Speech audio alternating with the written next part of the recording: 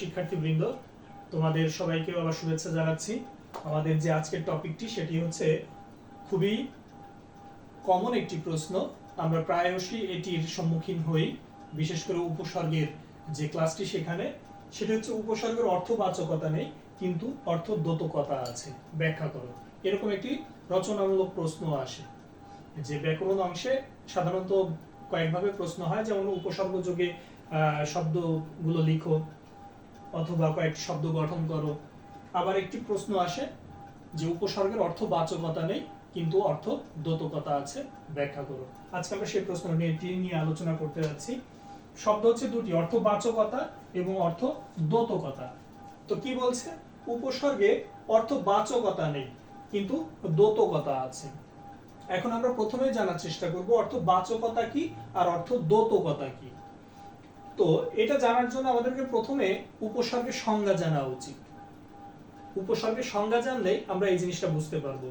উপসর্গের সংজ্ঞায় আমরা জেনেছি যে উপসর্গের নিজস্ব কোনো অর্থ নেই। উপসর্গের নিজস্ব কোনো অর্থ নেই।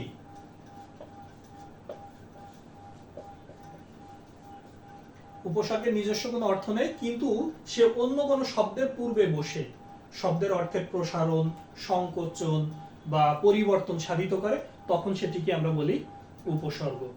তো এখানে আমরা বলছি যে উপসর্গের অর্থবাচকতা নেই কিন্তু দ্যোতকতা আছে, ব্যাখ্যা করো। তো এখানে আমাদের সেই কথা যে উপসর্গের নিজস্ব কোনো অর্থ নেই কিন্তু অন্য শব্দের পূর্বে বসে নতুন নতুন শব্দ তৈরি করা, নতুন অর্থের পরিবর্তন সাধন করা, অর্থের সংকোচন, অর্থের প্রসারণ, এভাবে যাবতীয় যে পরিবর্তন সাধন করে থাকে উপসর্গ। যেমন আমি একটা উদাহরণ দিলে আরো বেশি কার্যকরী হয়।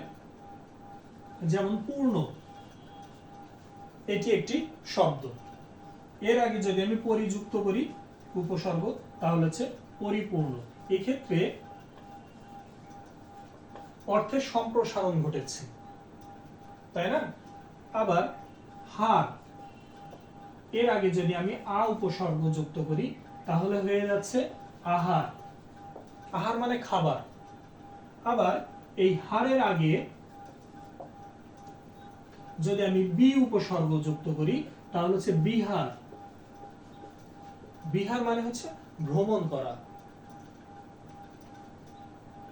তারপরে সম যোগ হার হচ্ছে সংহার। সংহার, হার সংহার করা মানে হচ্ছে বিনাশ করা, এরকম অর্থে। তাহলে আমরা দেখতে পাচ্ছি কি যে এই যে আ কিংবা বি, সম, তারপরে পরি, এই যে উপসর্গ, এগুলো নিজের কোনো অর্থ নেই, ওই যে সংজ্ঞা অনুযায়ী আমরা জেনেছিলাম, কিন্তু অর্থদ্যোতকতা আছে। দ্যোতকতা কি? এই যে নতুন নতুন শব্দ পূর্ণ, হার বা এই শব্দগুলোর সঙ্গে আগে বসে সে নতুন নতুন অর্থ তৈরি করেছে। কখনো অর্থের পরিবর্তন, কখনো অর্থের সংকোচন, কখনো অর্থের প্রসারণ, এভাবেই সে পরিবর্তন সাধন করে, পরিবর্তন করে থাকে। এর জন্য এটাকে আমরা বলছি অর্থবাচকতা নেই কিন্তু অর্থদ্যোতকতা আছে। অর্থাৎ নিজের কোনো অর্থ নেই কিন্তু অন্য শব্দের পূর্বে বসে নতুন নতুন অর্থ তৈরি করছে, কখনো অর্থের পরিবর্তন করছে, কখনো সংকোচন করছে, কখনো বা প্রসারিত করছে।